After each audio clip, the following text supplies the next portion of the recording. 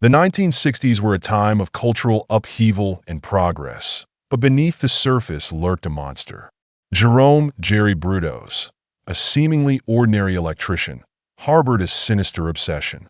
What drove this man from petty theft to becoming one of the most depraved serial killers of his time? This is the story of a disturbed mind, his chilling crimes, and the relentless pursuit of justice.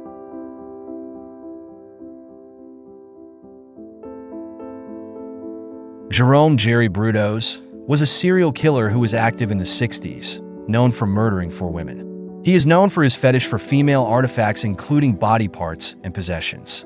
He was also known as the lust killer due to the sexual content of his crimes. In the 1960s, his murder spree gave law enforcement fresh insight into the dark forces that create a serial killer. Brudos was born in Webster, South Dakota on the 31st of January, 1939. His life was far from pleasant. It's known his mother had wanted a girl, but having a boy, she was resentful towards him, and she maltreated him very cruelly. Brudos was belittled as a young child, and it's likely what gave way to his fetish in girls' clothing and accessories. His life as a petty thief began when he broke into homes to steal shoes. He loved women's shoes, and once he could get out on his own, he began stalking and attacking women, leaving them unconscious after beating them, just so he could make away with their shoes. As a teenager, he moved with his family to Oregon, where he beat up a young girl for rejecting his advances. He found further use for some of his victims, and he made sex slaves of his captives. He was still a teenager when he was caught assaulting young girls, trying to strip them naked so that he could take nude photos. He was admitted into a psychiatric ward where he underwent therapy. It was found out his behavioral disorder stemmed from an abusive childhood. He hated women, and he wanted revenge. He was known to have hung around university dormitories, preying on women for his fetish. This was where he supposedly came across one of his victims who was a student here. At 22, Brudos completed college and became an electrician. Now living in Oregon, Portland, with his wife Darcy, he sought a means to resume his hobby and began taking nocturnal strolls under the pretext of relieving symptoms of headaches and blackouts. Brudos grew in confidence as he created his disguise, posing as a woman in female clothes. Brudos was a very big man, so this would have done little to conceal his true identity, as eyewitness accounts, which led to his identification and ultimate capture, would describe how they saw a huge man in women's clothes. Sometimes he posed as an officer in uniform and with a badge. He prowled the streets at night, and as with most serial killers, he kept trophies and souvenirs for himself. He would cut off his victims' breasts and feet, and when they were dead, he would masturbate over their bodies in high heels. He caught his victims by luring them under the guise of a female or police offer and took them to his house, where he strangled them in his garage shortly afterwards. Brudos was known to have killed 4 women, however, was convicted of the 3 murders of Jan Susan Whitney, Karen Elena Sprinker, and Linda Dawn Sally. Brudos stalked his victims and kidnapped them from public places. He took them to his home, where he would suspend them with rope. He would then sexually assault them, kill them, and cut their body parts. He photographed them as they lay dying or dead, and afterwards, he redressed them in lingerie and desecrated their corpses. Then he butchered their bodies, cutting off their sexual organs. One such foot was found wearing a shoe of his collection of high heels. He used it as a model. A paper weight made of a human breast covered in resin was also found in his lair. After torturing and killing them, he would dump their bodies in the river. 19-year-old Linda Slauson of Aloha is working as a door-to-door saleswoman selling encyclopedias. She was known to have worked in the same Portland neighborhood in which Brudos and his small family lived. She was last seen in January 1968 selling her encyclopedias. Her body was never found, and Brudos admitted he killed her and dumped her body into the Willamette River from the Wilsonville Bridge on Interstate 5. But Brudos never was prosecuted for her death, as there was no evidence to connect him with this possible murder. 23-year-old Jan Susan Whitney of McMinnville disappeared from Eugene in November 1968. Her car was found abandoned at a rest stop along Interstate 5 between Salem and Albany. 19-year-old university co-ed Karen Sprinker of Salem had arranged to meet up with her mother at the Meyer and Frank building in Portland, Oregon. In March 1969, she arrived in the parking lot and parked her car. Surprisingly, she never turned up at the lunch appointment.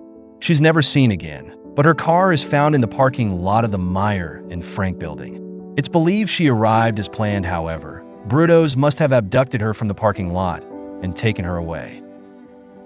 22-year-old Linda Sally, of Beaverton/Portland, a part-time student at Portland State University. She worked as a secretary and had likely finished from work on an April day in 1969. She drove straight to the Lloyd Center and entered a jeweler's shop to get a gift for her boyfriend for his birthday. At approximately 5:30 p.m., she walked out of the store and was never seen again. The investigation into the murders and disappearances peaked in May 1969 when the bodies of Sally and Sprinkler were pulled out of the Long Tom River, where they had been weighted down underneath the water. They were found floating on the river surface by Wallace, a fisherman who had gone fishing on the 10th day of that month. The first body they pulled out of the river had been that of Linda Sally. So, they confined their search to the section of the river in the hope they'd find answers to several other mysterious disappearances. One day, Gerome had tried to kidnap a young girl of about 12 years of age. He tried to force her into his car, but fortunately, she escaped and ran to tell the police what had happened. This may be the same story as that of a 15-year-old Gloria Jean Smith who reported she was nearly abducted on her way home from school on the 22nd of April. Other clues poured in as people reported their strange sightings and experiences.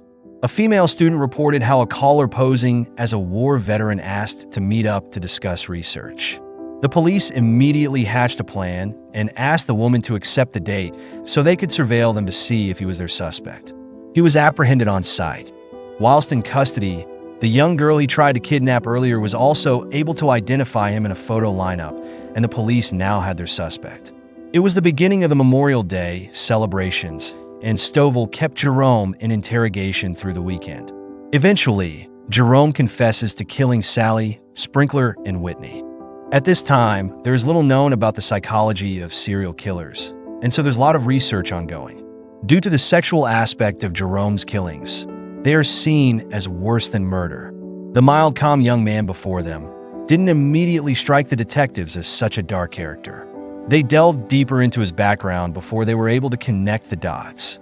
On the 18th of May, 1969, the police force conduct a search of Gerome's Salem home and find wires similar to the type found on the bodies of the missing women in the river that was used to tie up their hands and feet.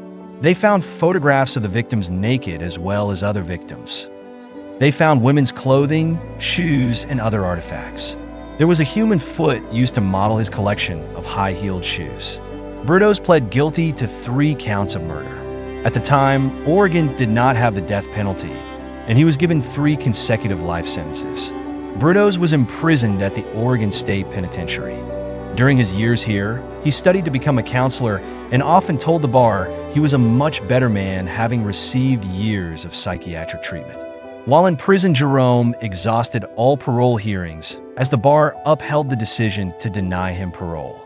By this time, he was one of the state's longest-serving convicts and spent the rest of his life locked up. He died in March 2006 at the age of 67.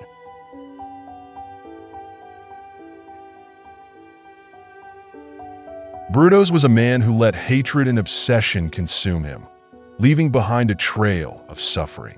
His story is a stark reminder of the importance of addressing trauma before it festers and of the relentless vigilance of those who bring justice to light. The monsters among us often wear ordinary faces, but their darkness cannot hide forever. Justice, though delayed, came for Gerome Jerry Brudos. In the courtroom, his calm demeanor masked the horrors he had inflicted. Sentenced to life imprisonment, his remaining years were spent in reflection, or so he claimed. His death in 2006 marked the end of a dark chapter, but the lessons remain a stark warning of what unchecked obsession can lead to.